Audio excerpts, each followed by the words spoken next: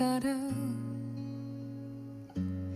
yang tak dapat ku mengerti. Mengapakah harus terjadi di dalam kehidupan ini? Satu perkara yang ku simpan dalam hati, tiada satu pun yang terjadi tanpa Allah peduli.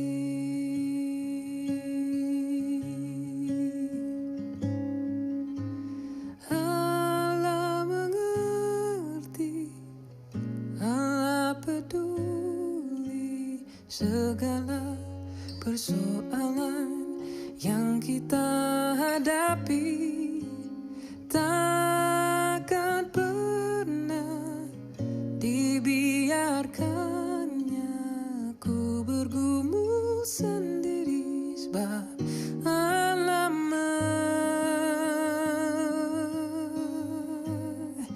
Dia mengerti.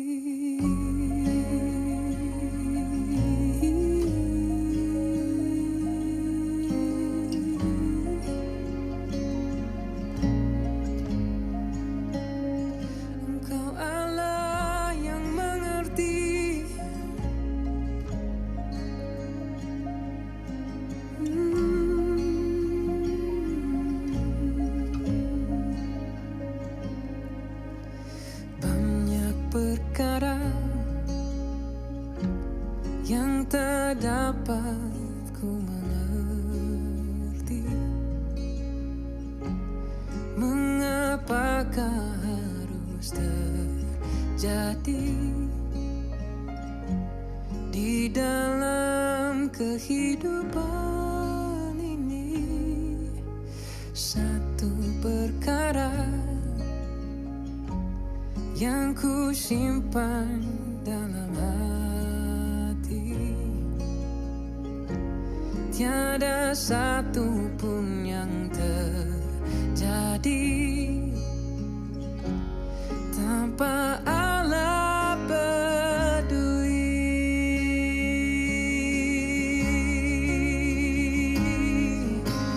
Allah mengerti, Allah peduli segala persoalan yang kita hadapi. Takkan pernah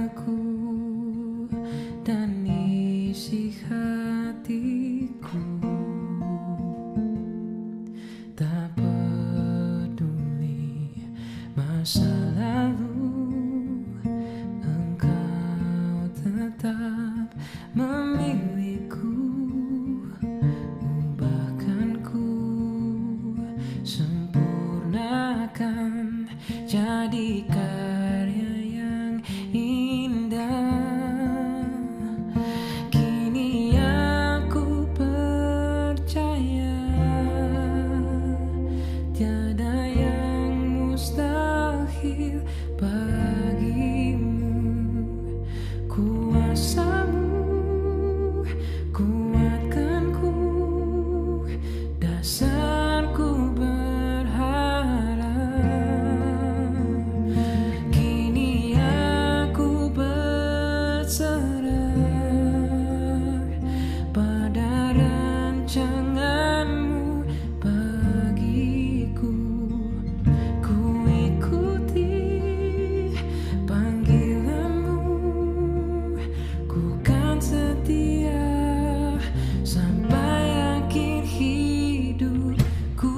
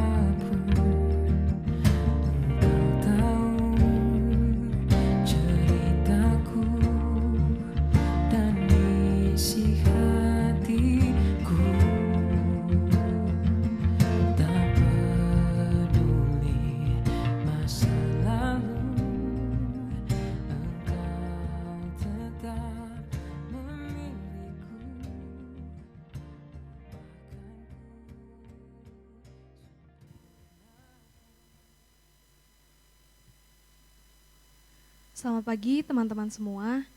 Pada hari ini kita kembali bersama berkumpul, meskipun kita di tempat masing-masing, tapi mari sama-sama kita menyatukan hati kita menenangkan hati kita mau beribadah kepada Tuhan.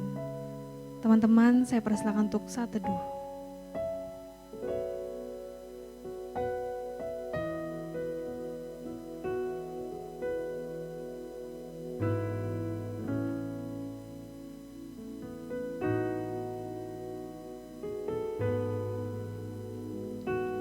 Tuhan, kami kembali datang ke hadirat-Mu.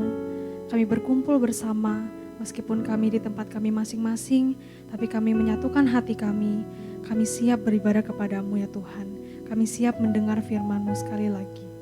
Kami berdoa supaya ibadah ini juga boleh berkenan di hadapan-Mu. Kami berdoa supaya melalui puji-pujian yang kami naikkan, boleh menyenangkan hati-Mu. Kami berdoa menyerahkan ibadah ini ke dalam tangan-Mu. Hanya dalam nama-Mu Tuhan Yesus, Tuhan kami berdoa dan mengucap syukur. Amin. Untuk memuliakan Tuhan kita, saya mengundang teman-teman semua untuk kita sama-sama menyanyikan Penasehat Ajaib.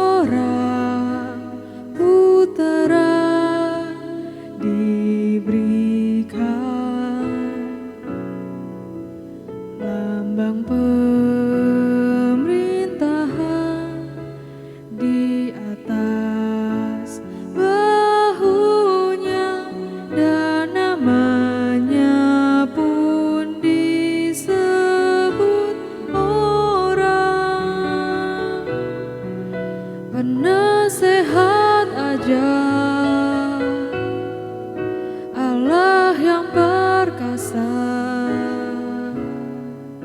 Bapa yang kekal, Raja damai, sambutlah Dia, Yesus Tuhan, Juru Selamat dunia,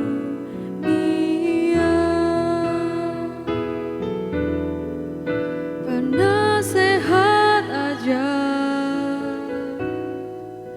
Allah yang perkasa, Bapa yang kekal, Raja damai, sambutlah Dia, Yesus Tuhan, Juru Selamat dunia.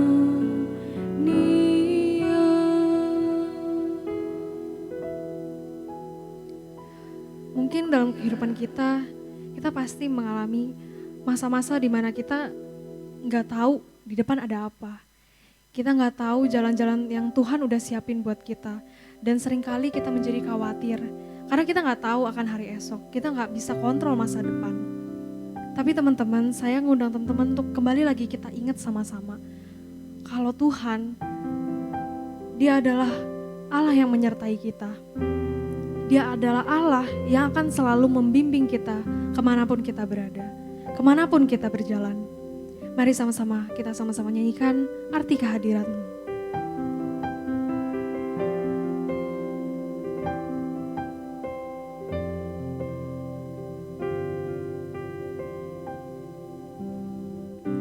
Jalan-Mu tak terselami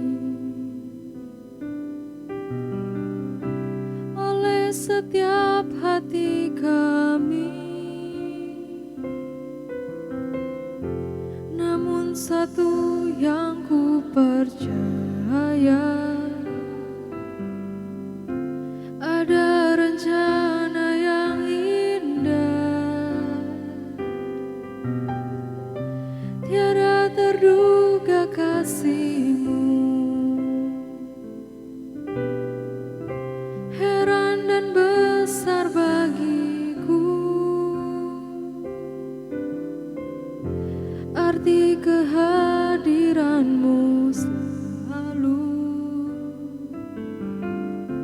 nyata di dalam hidupku, penyertaan-Mu sempurna, rancangan-Mu penuh damai, aman dan sejahtera, walau di tengah badai, ingin ku selalu bersama, rasakan keindahan, arti kehadiran-Mu Tuhan. Tiada terduga kasih-Mu, tiada terduga kasih-Mu, heran dan besar bagiku, arti kehadiran-Mu selalu nyata di dalam hidupku, penyertaan-Mu sempurna, rancangan-Mu penuh damai, aman dan sejahtera, walau di tengah badai, ingin ku selalu bersama, rasakan keindahan, arti kehadiran-Mu Tuhan. Penyertaan-Mu sempurna, rancangan-Mu penuh damai, aman dan sejahtera, walau di tengah badai, ingin ku selalu bersama,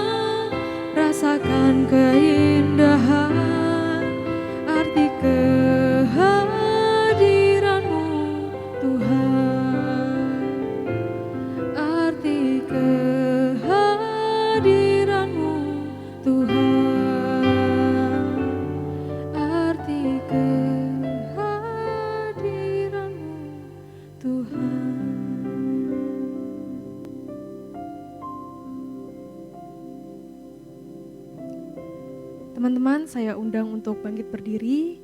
Kita akan mengakui iman kita sebagai umat Tuhan. Pengakuan iman rasuli.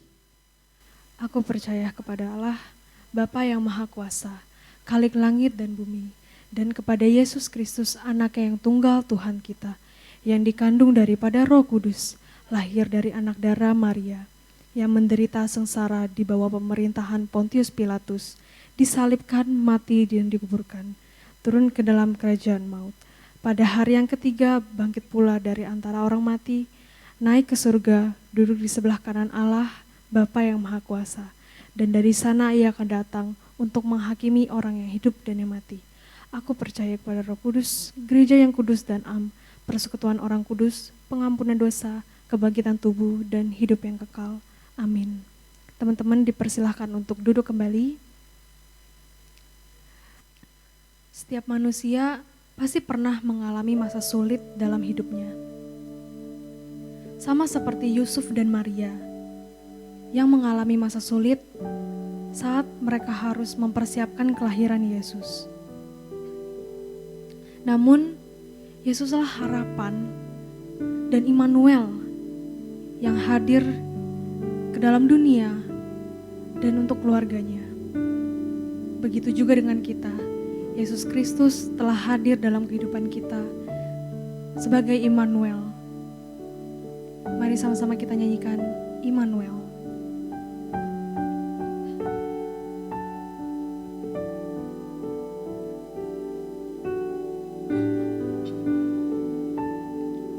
Bapakku datang dan berserah, ku nyatakan Kau yang berkuasa dalam gelap, Kau setia, Kau cahaya hidupku.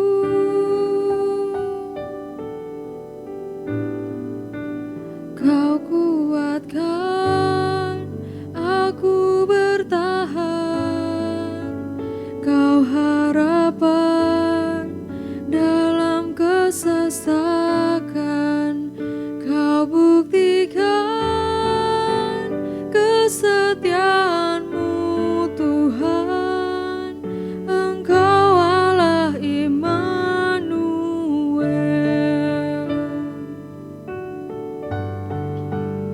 Bapakku datang untuk menyembah-Mu.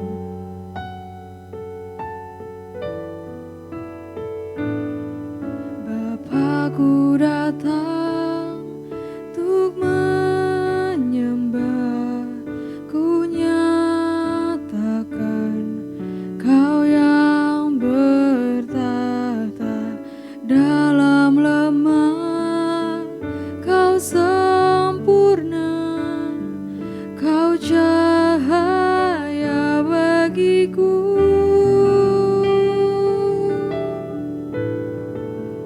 Kau kuatkan aku bertahan, Kau harapan dalam kesesakan, Kau buktikan kesetiaan-Mu Tuhan, Engkau Allah Immanuel. Kau kuatkan aku bertahan, Kau harapan dalam kesesakan, Kau buktikan kesetiaan-Mu Tuhan, Engkau Allah Immanuel. Immanuel, Immanuel, Engkau besertaku. Immanuel,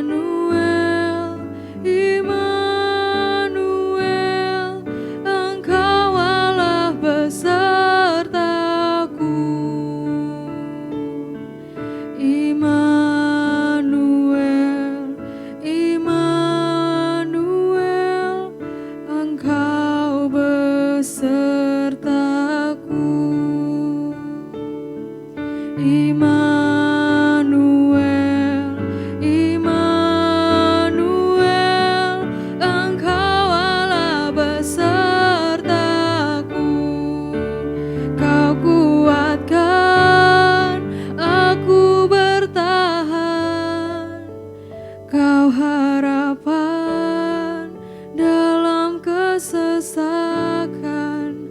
Kau buktikan kesetiaan-Mu Tuhan. Engkau Allah Immanuel. Kau kuatkan aku bertahan. Kau harapan dalam kesesakan. Kau buktikan kesetiaan-Mu Tuhan. Engkau Allah Immanuel.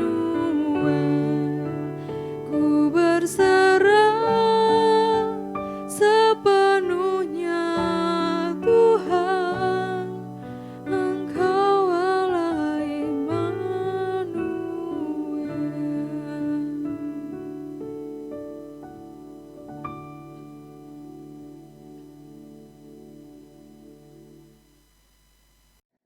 Shalom, selamat pagi teman-teman semuanya. Bersyukur kalau pada hari ini kita masih boleh beribadah kepada Tuhan meskipun kita ada di rumah kita masing-masing. Dan saya pun bersyukur kalau hari ini boleh membagikan firman Tuhan kepada kita semua. Mari sebelum kita merenungkan sebagian firman Tuhan, saya mengajak kita untuk terlebih dahulu mengambil waktu untuk menenangkan diri di hadapan Tuhan. Kita berdoa kepada Tuhan. Mari kita berdoa. Tuhan Allah kami yang telah datang ke dunia, lahir bagi kami sungguh bersyukur buat setiap pengorbanan-Mu, kebaikan-Mu, segala hal yang Kau kerjakan dalam hidup kami. Kami bersyukur kalau di tengah kehidupan yang kami jalani di dunia ini, kami boleh mengenal Engkau, Allah yang hadir di dunia ini, Allah yang benar, Allah yang nyata, yang senantiasa menjaga kami. Ya Tuhan, sebentar kami akan merenungkan firman-Mu. Tuhan tolong kami untuk boleh tenang di hadapan-Mu, boleh merenungkan firman-Mu dengan baik. Bukakan hati, pikiran, telinga kami untuk menerima firman-Mu. Firman yang ingin Engkau sampaikan kepada kami. Tolong setiap kami Tuhan. Demi nama Tuhan Yesus kami berdoa. Amin. Saudara sekalian, tema kita pada hari ini cukup unik. Kalau biasanya Natal, ya ini udah bulan Desember, dan kalau biasanya Natal itu kita pasti akan membicarakan tentang damai, dan tema-tema tentang sukacita, tema-tema tentang pengharapan dan sebagainya. Tapi kali ini tema yang diberikan MYC cukup unik, yaitu tentang krisis, saudara. Ada apa dengan krisis? Nah, saudara, berbicara tentang krisis, siapa sih yang tidak pernah mengalami krisis? Semua orang pasti pernah mengalami krisis. Apa sih krisis itu? Menurut Kamus Besar Bahasa Indonesia, krisis adalah keadaan yang berbahaya atau parah. Bisa jadi keadaan yang sakit, begitu ya. Keadaan yang genting, suram, dan intinya krisis itu adalah suatu keadaan yang membuat kita terpaksa harus berpikir keras bagaimana supaya kita bisa segera keluar dari keadaan yang tidak menyenangkan ini. Tidak ada orang yang suka dengan krisis. Meskipun kadang-kadang krisis bisa kita prediksi. Oh, kira-kira beberapa bulan ke depan akan terjadi inflasi. Nah, kita bisa memprediksi itu, tapi kita nggak bisa membuat krisis itu menjadi cancel datangnya, nggak jadi datang begitu, karena itu di luar kehendak kita, bukan? Nah, saudara sekalian, pertanyaannya bagaimana sikap seorang Kristen ketika mengalami krisis? Ada orang-orang yang ketika mengalami krisis dia menjadi ketakutan, dia menjadi gelisah, dia menjadi khawatir yang berlebihan, malam nggak bisa tidur, mau makan juga susah makan, tidak ada damai sejahtera dalam hidupnya. Saudara, mari kita membuka satu bagian firman Tuhan. Kita akan belajar dari seorang yang mengalami krisis, mungkin bukan seorang ya, tapi sebagian orang, sekelompok orang, sebenarnya dua orang yang mengalami krisis, dan mari kita lihat bagaimana mereka menghadapi krisis itu. Ayo kita sama-sama buka firman Tuhan di dalam Matius pasal 1. Matius pasal 1, kita akan membaca dari ayat 18 sampai ayat 25. Matius pasal 1 ayat 18 sampai 25. Jika sudah mendapatkannya, saya akan bacakan untuk kita semua. Kelahiran Yesus adalah seperti berikut. Pada waktu Maria, ibunya, bertunangan dengan Yusuf, ternyata ia mengandung dari Roh Kudus sebelum mereka hidup sebagai suami istri. Karena Yusuf suaminya orang yang tulus hati dan tidak mau mencemarkan nama istrinya di muka umum, ia bermaksud menceraikannya dengan diam-diam. Tetapi ia mempertimbangkan maksud itu. Malaikat Tuhan nampak kepadanya dalam mimpi dan berkata, "Yusuf, anak Daud, janganlah engkau takut mengambil Maria sebagai istrimu, sebab anak yang di dalam kandungannya adalah dari Roh Kudus. Ia akan melahirkan anak laki-laki, dan engkau akan menamakan dia Yesus, karena dialah yang akan menyelamatkan umatnya dari dosa mereka." Hal itu terjadi supaya genaplah yang difirmankan Tuhan oleh Nabi. Sesungguhnya anak darah itu akan mengandung dan melahirkan seorang anak laki-laki, dan mereka akan menamakan dia Immanuel, yang berarti Allah menyertai kita. Sesudah bangun dari tidurnya, Yusuf berbuat seperti yang diperintahkan malaikat itu kepadanya. Ia mengambil Maria sebagai istrinya, tetapi tidak bersetubuh dengan dia sampai ia melahirkan anaknya laki-laki, dan Yusuf menamakan dia Yesus. Saudara, krisis apa yang sedang dialami oleh dua orang ini? Yaitu Yusuf dan Maria, maksud saya. Satu krisis yang tidak mudah. Kenyataan bahwa Yusuf punya tunangan, dan Yusuf tidak pernah menyetubuhi tunangannya Maria, tetapi tiba-tiba saja Maria hamil.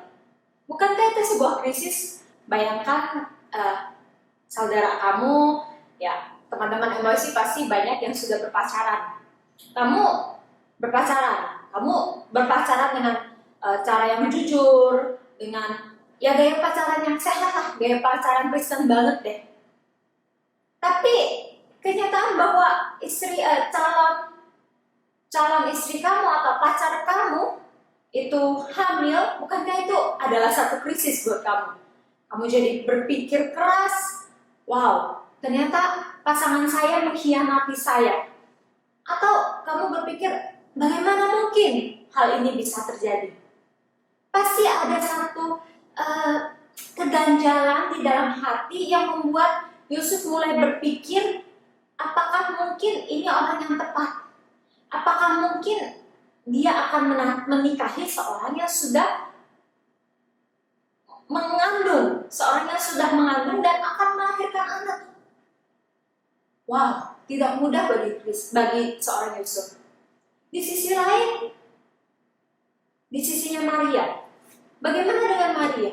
Tentu menjadi kalut buat dia. Kenapa? Karena dia tahu siapa dirinya, dia tahu bagaimana dia menjalani hidupnya, dan dia tidak pernah bersetubuh dengan siapapun. Bagaimana mungkin seorang wanita yang tidak pernah bersetubuh dengan siapapun bisa mengandung? Wah, ini satu keadaan yang membuat Yusuf dan Maria pasti kalut, pasti mikir keras, pasti ada ganjalan dalam hati. Malah mau tidur mikirin terus, mau ngelakuin apapun juga tidak bisa berkonsentrasi dan sebagainya. Tetapi di tengah krisis itu, saudara, malaikat datang. Malaikat datang menghampiri Yusuf secara pribadi dan Maria secara pribadi, memberikan mereka damai sejahtera, memberikan mereka ketenangan. Kenapa? Karena ada satu kenyataan, satu fakta bahwa mereka akan dipakai, keluarga kecil mereka akan dipakai untuk memuliakan Tuhan. Nah saudara, bagaimana dengan orang Kristen?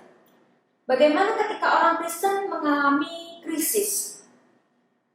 Banyak orang-orang Kristen yang ketika mengalami krisis akhirnya beberapa pilihan yang mungkin dilakukan. Yang pertama, makin jauh dari Tuhan. Memilih untuk makin jauh dari Tuhan. Nggak lagi saat teduh, nggak mau lagi berdoa, nggak mau lagi merenungkan firman Tuhan. Jauh deh pokoknya dari Tuhan. Ada juga orang-orang Kristen yang ketika mengalami krisis, yang difokuskan hanyalah krisisnya. Ya dia tetap berdoa kepada Tuhan, tapi dia tidak melibatkan Tuhan di dalam krisis yang sedang dia alami. Lalu bagaimana seharusnya kita dalam menghadapi krisis? Yang pertama, firman Tuhan sampaikan kepada kita teman-teman bahwa Immanuel, God is with us. Immanuel, God is with us. Immanuel, Tuhan beserta dengan kita. Saudara, seperti krisis yang dialami oleh Yusuf dan Maria, ada sebuah pengharapan yang diberikan oleh malaikat kepada mereka bahwa ya anak yang dikandung oleh Maria ini adalah anak pengharapan,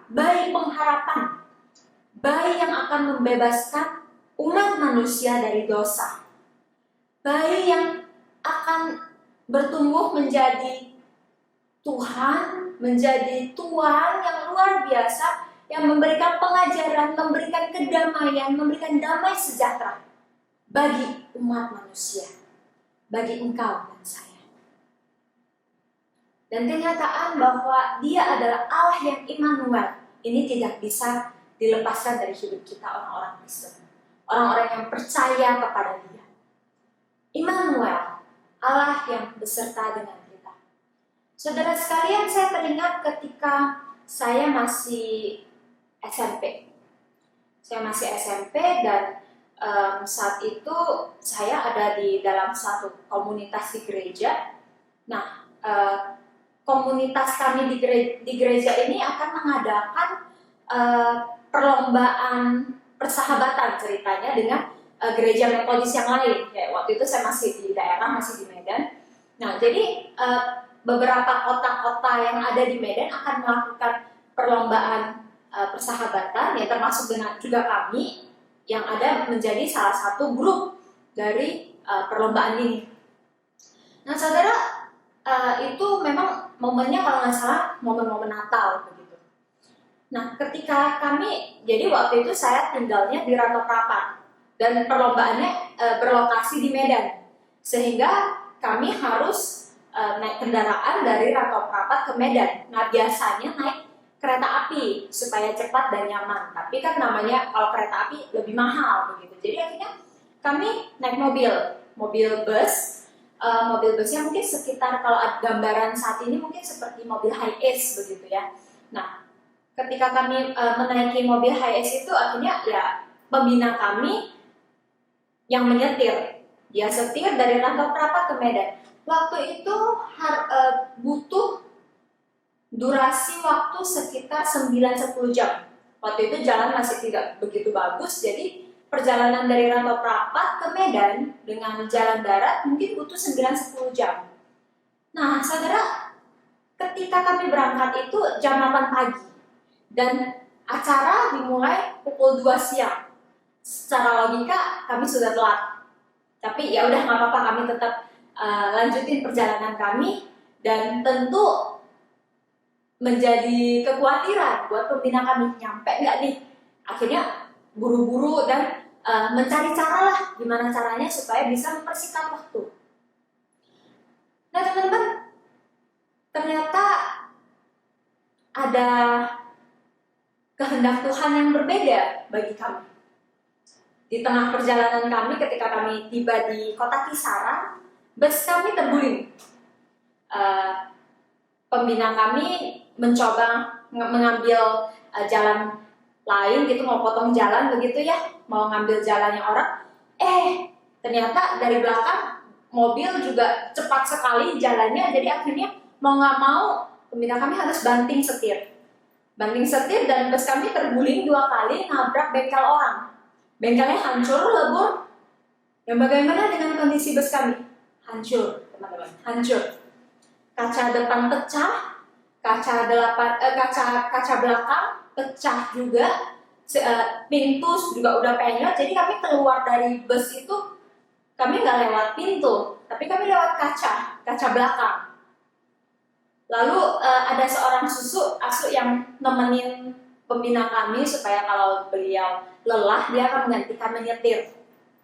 Dia duduk di depan, kaca depan pecah kena ke pelipisnya, kalau nggak salah 6 jahitan, saya lupa. Nah tapi sekitar itu 6 berapa jahitan, akhirnya langsung segera dibawa ke rumah sakit. Nah saudara sekalian, beberapa jok bus tersebut kursinya juga kebalik, terlepas karena benturan yang terjadi. Saudara kalau membayangkan kembali peristiwa itu, membayangkan kembali saat seperti itu dan melihat kondisi mobil yang ada, kondisi bus yang ada, setidaknya saudara pasti ada yang patah-patah, ada penumpang yang patah tangan lah, patah kaki lah di dalam bus tersebut. Tapi puji Tuhan saudara, God is with us. Kami semua mengalami satu perjalanan rohani, bahwa Tuhan yang beserta dengan kita. Kita berharap bersandar kepada Dia, dan Tuhan yang beserta dengan kita. Dia yang jagain kita. Dan puji Tuhan semua kita penumpang yang ada, gak ada yang patah-patah, cuman ya mungkin kepala benjol, tangan memar sedikit, kaki sakit, sedikit cederanya cedera sangat ringan. Hanya asu yang nemenin kami itu yang harus dijahit, operasi berapa jahitan begitu. Ketika melihat itu semua, kita menyadari bahwa ya kita nggak bisa apa-apa. Kalau melihat kenyataan yang ada mungkin nggak mudah bagi kita. Tapi Tuhan yang jaga kita.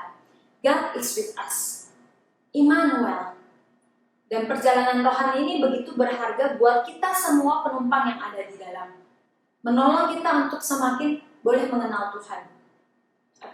Akhirnya singkat cerita kita ditampung sama gereja metodis yang ada di Kisaran. Kita tinggal di pastori gereja untuk 1-2 malam beristirahat, memulihkan tenaga, lalu pulang kembali ke kantor. Nah saudara sekalian, Immanuel, God is with us. Saudara, krisis apa yang sedang kau alami saat ini? Saya nggak tahu. Tapi Tuhan tahu krisis yang sedang kamu alami. Ingatkan diri kamu. Bentuk pengharapan di dalam diri kamu bahwa Tuhan beserta dengan kamu. Tuhan beserta dengan kamu di tengah krisis yang kamu alami saat ini. Saudara sekalian, setelah kita menyadari bahwa Tuhan itu beserta dengan kita, hal kedua yang harus kita sadari di tengah segala krisis yang kita alami adalah God is in control. Tuhan memegang kendali. Dia yang memegang segala yang terjadi ini. Dia yang sedang pegang kendali meskipun krisis yang kamu alami itu gak mudah. Saudara, krisis yang dialami oleh seseorang bisa direspon dengan banyak hal. Ada orang-orang tertentu yang ketika mengalami krisis, let's say putus pacar. Ketika mengalami krisis putus pacar, dia akan menanggapinya dengan biasa saja. Ya, sedih, nangis 1-2 hari, setelah itu oke, I have to move on. Aku harus bangkit, harus menjalani hidup kembali. Tapi ada orang-orang tertentu yang ketika putus pacar, itu buat dia sangat berat. Bisa berhari-hari bahkan bertahun-tahun untuk melewati itu. Ya, itu krisis yang sederhana, krisis pribadi. Saudara, bagaimana dengan krisis kelompok, komunal, di gereja misalnya? Gereja begitu rohani, masa ada krisis? Contoh, saudara, di dalam gereja pun krisis bisa terjadi. Cekcok antara beda pendapat, ya, mungkin nggak sampai cekcok begitu ya, tapi beda pendapat. Kadang-kadang beda pendapat yang kecil pun bisa menjadi krisis. Lalu ketika bukan hanya di gereja, negara misalnya, beberapa waktu ini kita dengar menteri kita diperiksa oleh KPK, bukan hanya 1 tapi 2 menteri diperiksa oleh KPK. itu krisis buat negara, menjadi ancaman buat negara, menjadi pemikiran yang berat buat negara. Dan teman-teman, krisis yang sedang dialami oleh dunia secara global saat ini, pandemi. Ya, tahun 2020 bukan tahun yang mudah, bukan hanya untuk kita tapi dunia. Tahun dengan krisis yang besar, tahun dengan pergumulan yang tidak mudah, bukan hanya pribadi lepas pribadi yang mengalaminya, tapi juga negara dan bahkan secara global. Dunia mengalami krisis karena virus corona yang menyebar di dunia ini.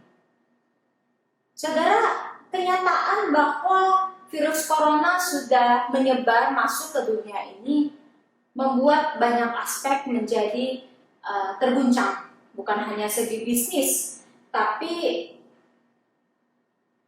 dari sisi makanan juga orang-orang mulai khawatir tentang makanan yang dimakan. Belum lagi gaji-gaji karyawan yang harus dipotong sebagian. Mungkin saudara juga mengalami itu. Harus dipotong 20, 30, bahkan mungkin 50%. Atau bahkan harus diberhentikan dari pekerjaan, di PHK dari pekerjaan. Karena perusahaan sudah sangat sulit untuk bisa menggaji karyawan. Tidak berhenti sampai di sana, anak-anak di sekolah juga mengalami tahun ajaran yang tidak mudah. Sekolah di rumah, guru-guru pun menghadapi kesulitan dalam adaptasi yang baru.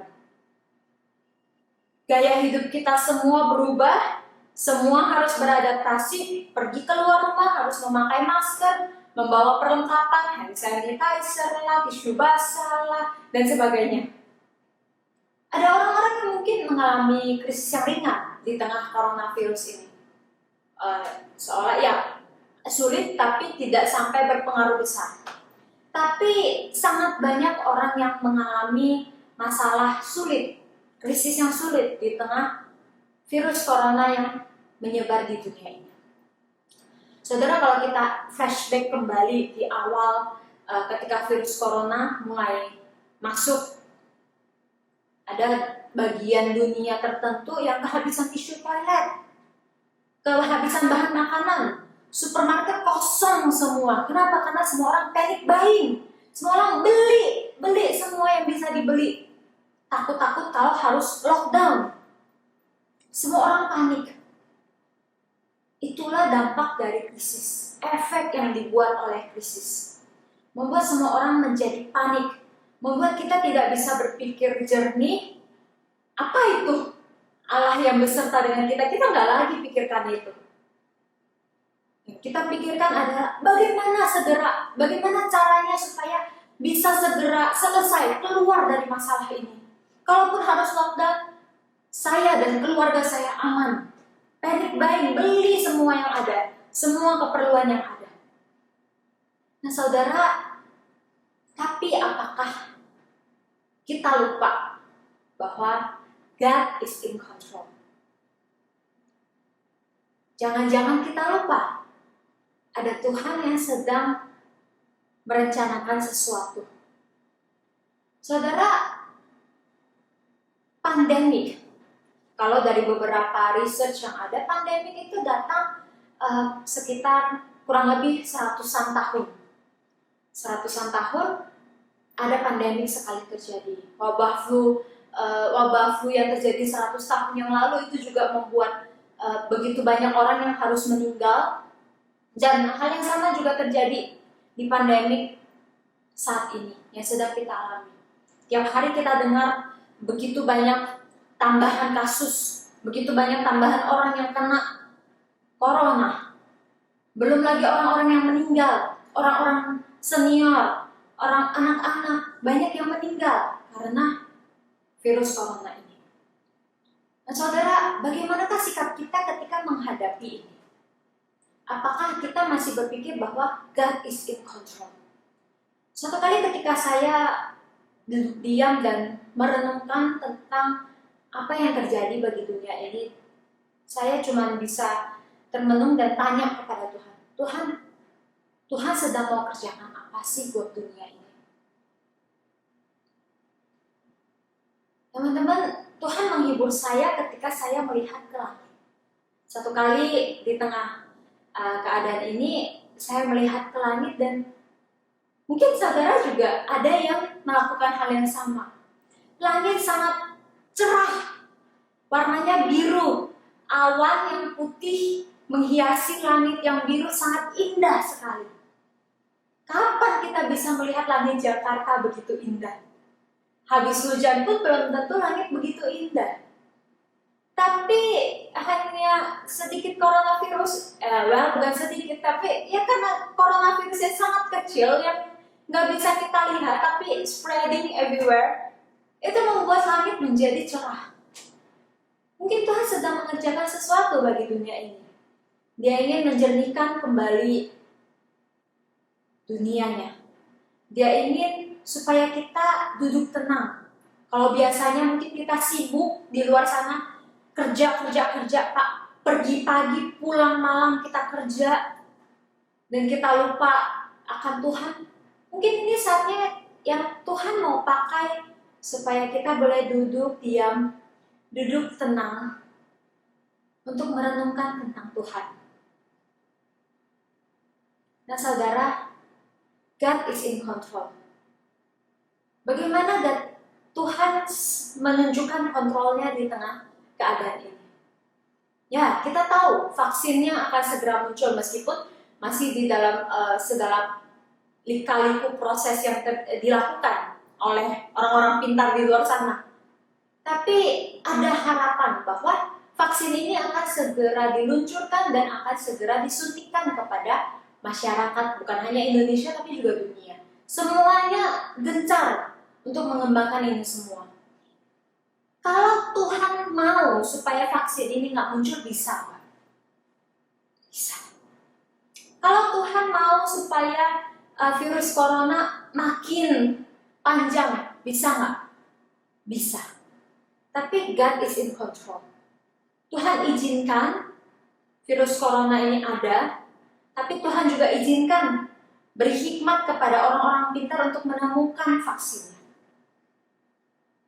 Ketika krisis dialami oleh manusia, seringkali kita bertanya kepada Tuhan, why crisis happen to good people? God's people bahkan. Kenapa krisis terjadi kepada orang-orang baik, kepada anak-anak Tuhan? Kematian, sakit penyakit, diputuskan dari pekerjaan, di PHK dari pekerjaan, bisnis yang tidak lancar, keluarga yang ribut. Kenapa krisis ini tetap terjadi kepada orang-orang Kristen? Apakah God is not in control? Saudara, kalau Tuhan mau membuat kita nggak ngalamin krisis, bisa. Sangat bisa. Semudah menjentikan jari. Tuhan bisa kok bikin hidup kita nyaman. Tapi bukan itu maksud Tuhan, saudara. Tuhan mau kita datang kepada Dia bukan hanya saat hidup kita baik-baik saja. Tapi saat kita mengalami krisis pun Tuhan ingin uji hidup kita. Kalau kamu kecewa di gereja, kalau kamu kecewa karena masalah hidup kamu, nah disitulah Tuhan ingin menguji kamu. Kamu masih percaya nggak sama Tuhan? Kamu masih mau hidup gak buat Tuhan? Kamu masih mau mencari Tuhan gak di tengah semua krisis yang kamu alami? Saudara, God is in control. Trust Him. Mungkin gak mudah, mungkin sulit bagi kita. But trust Him. Percaya kepada Dia. Dan yang terakhir, saudara, apa yang bisa kita lakukan ketika kita sedang mengalami krisis? Ini bagian yang paling penting, yaitu be still and know that He is our God. Tenanglah. Ambil waktu untuk tenang dan berpikir lebih jernih. Jangan sampai krisis membuat kita panik dan membuat kita lupa sama Tuhan. Jangan sampai krisis membuat kita makin jauh dari Tuhan. Mazmur 46 ayat 11 berkata demikian.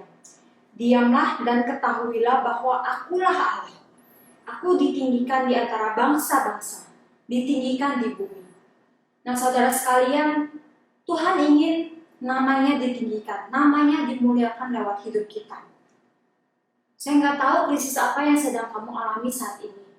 Tapi biarlah kenyataan bahwa God is with us, God is in control, itu senantiasa ada di dalam hati dan pikiran kita. Sehingga kita boleh tenang, kita boleh merasakan kedamaian di dalam Tuhan kita. Biar damai Natal yang sejati senantiasa hadir dalam hati kita meskipun tidak ada kemeriahan, meskipun Natal tahun ini berbeda dari Natal sebelumnya. Mari kita berdoa. Tuhan Allah kami yang telah datang ke dunia ini, kami bersyukur buat setiap kebaikan-Mu dalam hidup kami. Kami bersyukur kalau Tuhan masih menjaga kami. Kami memuji, mengagungkan, memuliakan nama-Mu atas segala yang Kau kerjakan bagi hidup kami. Tuhan, kalau krisis yang kami alami begitu sulit, membuat kami jadi jauh dari Engkau, kami minta ampun. Hari ini Tuhan, kami mau mengambil komitmen untuk datang kembali kepadamu. Kami mau bangun kembali relasi kami dengan Engkau. Kami mau hidup bagi Engkau. Kami mau hidup memuliakan Tuhan. Hidup kami jadi berkat, bukan malah jadi batu sandungan. Tuhan, tolong kami, supaya sepanjang hidup kami senantiasa memuliakan nama-Mu. Demi nama Tuhan Yesus, kami berdoa. Amin. Tuhan memberkati. Shalom teman-teman MYC yang dikasihi Tuhan. Kita bersyukur kepada Tuhan hari ini diberikan kepada kita kesempatan yang indah untuk kita boleh terus beribadah, memuji, memuliakan nama Tuhan. Kita bersyukur dan berterima kasih kepada teman-teman yang sudah setia melayani Tuhan, baik itu yang ada di depan kamera maupun yang di belakang kamera. Juga kepada hambanya Cuantau Denisa yang telah begitu indah membagikan firman Tuhan hari ini yang sungguh-sungguh menguatkan dan sungguh-sungguh memberkati setiap daripada kita. Nah teman-teman yang dikasihi Tuhan, hari ini ada beberapa hal yang ingin saya sampaikan berkaitan dengan ibadah MYC kita juga. Jadi teman-teman mungkin sampai saat ini masih banyak yang bertanya-tanya, baik itu secara pribadi kepada saya, khususnya kapan kita akan diperbolehkan lagi untuk beribadah ke rumah Tuhan, mengikuti ibadah hari Minggu, datang ke gereja, beribadah di MYC ini. Nah, saya menginformasikan kepada setiap teman-teman yang ada bahwa ibadah secara live streaming ini masih tetap kita akan lakukan di bulan Januari 2021 yang akan datang. Nah, tentunya kita berharap teman-teman, kita berdoa kalau Tuhan izinkan mungkin di bulan Februari kita bisa mulai datang kembali beribadah ke gereja. Tapi teman-teman, namun teman-teman nanti akan diinformasikan kembali kepada kita untuk kepastiannya sambil kita mendoakan dan memantau kondisi yang terjadi. Jikalau nanti keadaan sudah memungkinkan, kita doakan teman-teman. Di bulan Februari kita bisa beribadah lagi, tentunya dengan informasi ya yang akan kami sampaikan di kemudian hari. Teman-teman yang dikasihi Tuhan, gereja kita juga sudah mencetak kalender gereja yang begitu indah, yang berbentuk seperti ini teman-teman. Nah, jikalau teman-teman yang keluarganya belum mendapat, karena kami juga ada melalui satu keluarga satu, setiap jemaat GMI Immanuel. Tapi kalau teman-teman ada yang belum mendapat, maka tetap prinsipnya adalah sama, satu keluarga akan mendapat satu untuk dipasang atau dipajang di rumah. Teman-teman yang ingin mendapatkannya, teman-teman bisa datang ke sekretariat setiap hari kerja, itu jam 10 sampai jam 12 siang, atau teman-teman kalau tidak memungkinkan untuk datang tapi pingin untuk mendapatkan kalender gereja, teman-teman bisa menghubungi saya secara pribadi atau pembina-pembina lainnya, bisa ke Cistela atau ke Ko Budi Huang. Ya, teman-teman bisa hubungin, nanti kita coba pikirkan caranya bisa mengirimkan kalender gereja bagi teman-teman semua. Diinformasikan juga kepada teman-teman semua bahwa perayaan Natal dan kebaktian ibadah Natal kita, gereja pada tahun ini diselenggarakan pada tanggal 24. Ya, perayaan Natal itu di tanggal 24 malam. Ya, informasinya teman-teman bisa melihat sendiri di poster ini dengan pembicara penginjil Kian Guan. Ya, teman-teman harap bisa ikut merayakan Natal bersama-sama dengan seluruh jemaat umum. Pada tanggal 24 ini ibadah diselenggarakan dalam bahasa Indonesia saja. Ya, teman-teman, ayo mari kita merayakan suasana Natal tahun ini dengan bergabung dengan perayaan Natal umum yang tentunya juga masih disiarkan secara langsung, tetapi melalui channel YouTube gereja kita, GMI Immanuel. Dan begitu juga dengan ibadah Natal, kebaktian Natal hari Jumat ini, itu jam 9 pagi, juga melalui channel YouTube gereja, teman-teman bisa melihat dengan pembicara adalah Pendeta Johan Gofur. Teman-teman bisa melihat informasinya, di situ kita akan bergabung sekali lagi bersama-sama dengan rekan-rekan kita sebagai satu tubuh Kristus di gereja ini, jemaat umum, untuk menikmati ibadah Natal di hari Jumat tanggal 25 jam 9 pagi, dan itu akan dibawakan dalam bahasa Mandarin dan juga diterjemahkan ke dalam bahasa Indonesia. Begitu saja informasi mengenai perayaan Natal gereja kita, harap teman-teman terus boleh mengikutinya, dan juga jangan lupa terus setia mengikuti ibadah dan juga acara-acara yang akan diselenggarakan melalui persekutuan MYC ini. Kiranya Tuhan memberkati kita semua, kita bersatu di dalam doa. Bapa di surga, kami sungguh bersyukur Tuhan, Tuhan memimpin kami memasuki sampai pada akhir tahun ini di dalam bimbingan dan penyertaan Tuhan. Dan kami bersyukur ya Tuhan, melewati masa-masa yang tidak mudah, tapi kami boleh melewatinya bersama dengan Engkau. Kami berdoa Tuhan bagi perayaan Natal gereja kami pada hari Kamis tanggal 24 malam dan juga hari Jumat ibadah Natal pagi jam 9. Tuhan yang memberkati menyertai biar seluruh jemaat Tuhan, baik dari setiap komisi-komisi yang ada bersatu padu, bersatu hati, kami memuji memuliakan Tuhan, dan Tuhan memberkati setiap kami melalui kebenaran firman Tuhan yang akan kami terima. Biarlah sungguh Tuhan, walaupun tahun ini kami Natalan, merayakan Natal, beribadah Natal itu di rumah, tapi kami percaya tidak menghalangi akan berkat Tuhan, akan pimpinan penyertaan Tuhan di dalam kehidupan kami. Kami berdoa bagi setiap teman-teman MYC yang ada di dalam kesibukan pekerjaan studi di akhir tahun ini. Tuhan juga terus memberkati, menolong, dan juga setiap pergumulan-pergumulan kami yang ada ya Tuhan. Tuhan sendiri yang memberikan jawaban, langkah demi langkah, Tuhan yang menunjukkan, Tuhan yang membuka jalan bagi setiap kami. Dan masa depan yang indah Tuhan anugerahkan bagi setiap kami, anak-anak muda di gereja Tuhan. Biarlah sungguh Tuhan setiap kami boleh merasakan akan kehadiran Tuhan di dalam kehidupan kami masing-masing. Kami bersyukur untuk kebaikan Tuhan. Kami berdoa di dalam nama Tuhan Yesus. Teman-teman yang dikasihi Tuhan, mari kita buka hati kita dan kita arahkan konsentrasi kita untuk kita menerima berkat yang datangnya daripada Tuhan. Bahwa sesungguhnya Tuhan sedang memberkati engkau, Tuhan memberkati dan melindungi engkau. Tuhan menyinari engkau dengan wajah-Nya dan memberi engkau kasih karunia. Tuhan menghadapkan wajah-Nya kepadamu dan memberi engkau damai sejahtera.